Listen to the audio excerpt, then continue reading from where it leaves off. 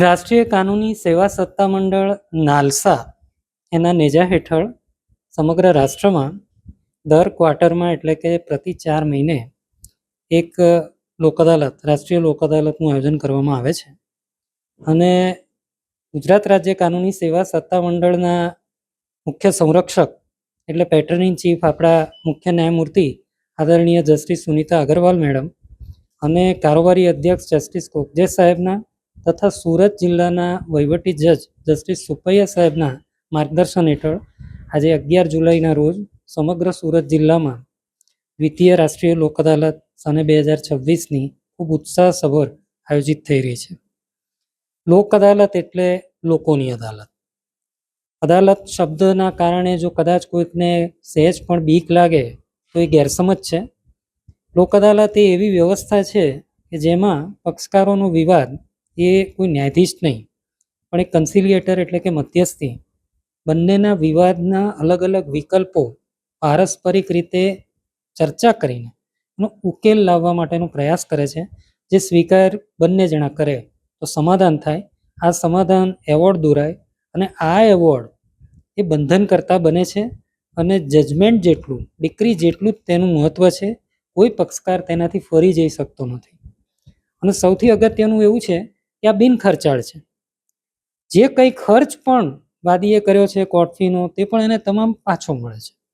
સૌથી અગત્યનું જે કદાચ છેલ્લા કેટલાય સમયથી આપણા ચીફ જસ્ટિસ એમ્ફેસાઇઝ કરે છે કે જે તકરારો બિઝનેસની છે, ફેમિલીની છે, મેટ્રિમોનિયલ છે, કસ્ટડી ઓફ ચાઇલ્ડની છે, આ બધામાં જો લાંબા સમય સુધી તકરાર રહે તો ઘર્ષણ વધે, સંબંધ બગડે. એ ના થાય એના માટે રિલેશનશિપ કોર્ડિયલ રહે અને ખૂબ સારી રીતે ફરીથી પક્ષકારો પોતાના લયમાં રહે એના માટે આ લોક અદાલતથી સમાધાનથી કેસ પૂરો કરવો એ આદર્શ છે. ગુજરાત લોક અદાલતની વ્યવસ્થા માટે પ્રણેતા રહ્યું છે.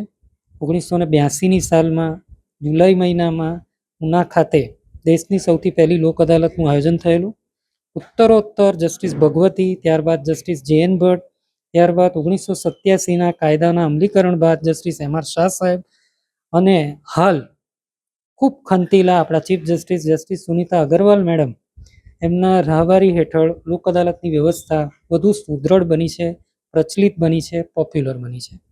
અને ખાસ સુરતની વાત કરું તો સુરતમાં કેટલાય વર્ષોથી લોક અદાલત એ ખૂબ આદર્શ અને પોપ્યુલર સિસ્ટમ રહી છે, જેમાં વકીલો, ઓફિસર્સ, જજીસ, લોકો સામેથી આવીને સરસ પાર્ટિસિપેટ થાય છે. અલગ અલગ પ્રકારના કેસો, ચેક ડિઝોનર, એમએસસીપી, દાવા, આ બધી જ પ્રકારની કમ્પાઉન્ડેબલ જે મેટર્સ હોય, ફોજદારી, મોટર વ્હીકલને લગતા ચાલાણના કેસીસ છે, એ બધાની ડિસ્પોઝલ છે એ લોક અદાલતમાં સમાધાનથી થાય છે. અને પરમાર સાહેબે કહ્યું એ પ્રમાણે સુરત એ આ લોક અદાલતથી કેસોનો નિકાલ કરવામાં છેલ્લા 1 વર્ષમાં ગુજરાતમાં અગ્રેસર રહ્યું છે અને સિસ્ટમ પણ ખૂબ પ્રચલિત બની છે.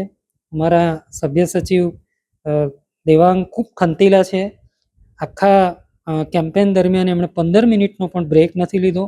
અલગ અલગ જગ્યાએ જઈને એમણે લોક અદાલતની સિસ્ટમ માટે પ્રયત્ન કર્યો છે.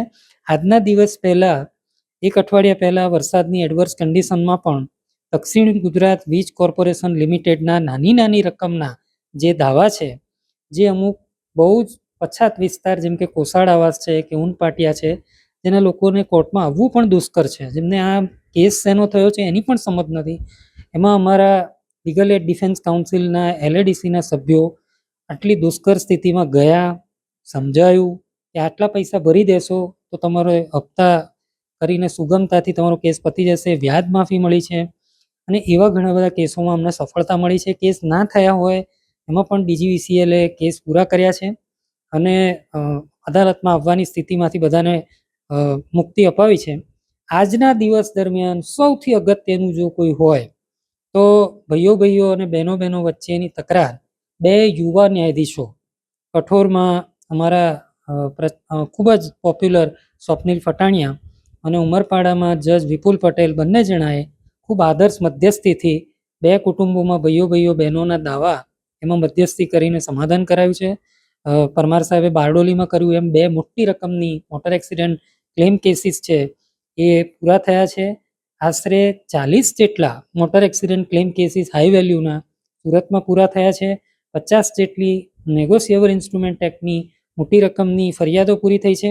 અને છેલ્લે આ બધું પૂરું કરવા સાથે જસ્ટિસ કોગજે સાહેબનો એક મેસેજ છે કે જેમાં એમનું એવું કહેવાનું છે કે સુરતે કોમ્પિટિશન બીજા જિલ્લા સાથે નથી કરવાની, સુરત સાથે જ કરવાની છે. એટલે મારા તમામ ન્યાયાધીશોને ગઈકાલે એમનો મેસેજ એવો છે કે તમામે એમનું શ્રેષ્ઠ એનો રેકોર્ડ બ્રેક કરવાનો છે, સુરતે એનો રેકોર્ડ બ્રેક કરવાનો છે. એ સ્થિતિ સાથે તમામનું અને આપના માધ્યમ થકી પણ જેને પણ આજના દિવસ દરમિયાન પણ કેસનું નિરાકરણ લાવવું હોય એને હું આવકારું છું. Thank you.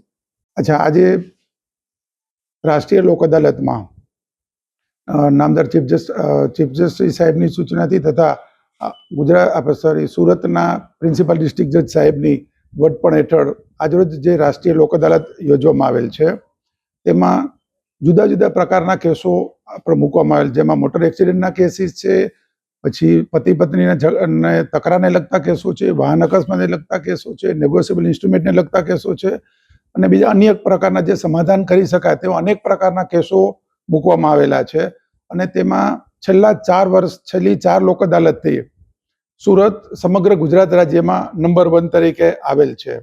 અને આજરોજ પણ જે રીતના પક્ષકારોમાં ઉત્સાહ દેખાયેલ છે તથા અન્ય તાલુકામાં જેમ સુરત સિટી એ ઉપરાંત જે અન્ય તાલુકાઓ છે તો અન્ય તાલુકાઓમાં પણ ખૂબ જ સારા પ્રમાણમાં કેસોનું નિકાલનું જોવા મળેલું છે.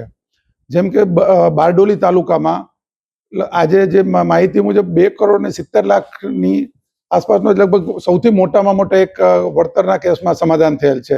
એ ઉપરાંત સુરત સિટીમાં પણ અનેક MSFTના મોટા મોટા કેસોમાં સમાધાન થયેલ છે. અને આ તમામ કેસોમાં પક્ષકારો બી ખૂબ જ ઉત્સાહપૂર્વક એમાં ભાગ લીધેલો છે.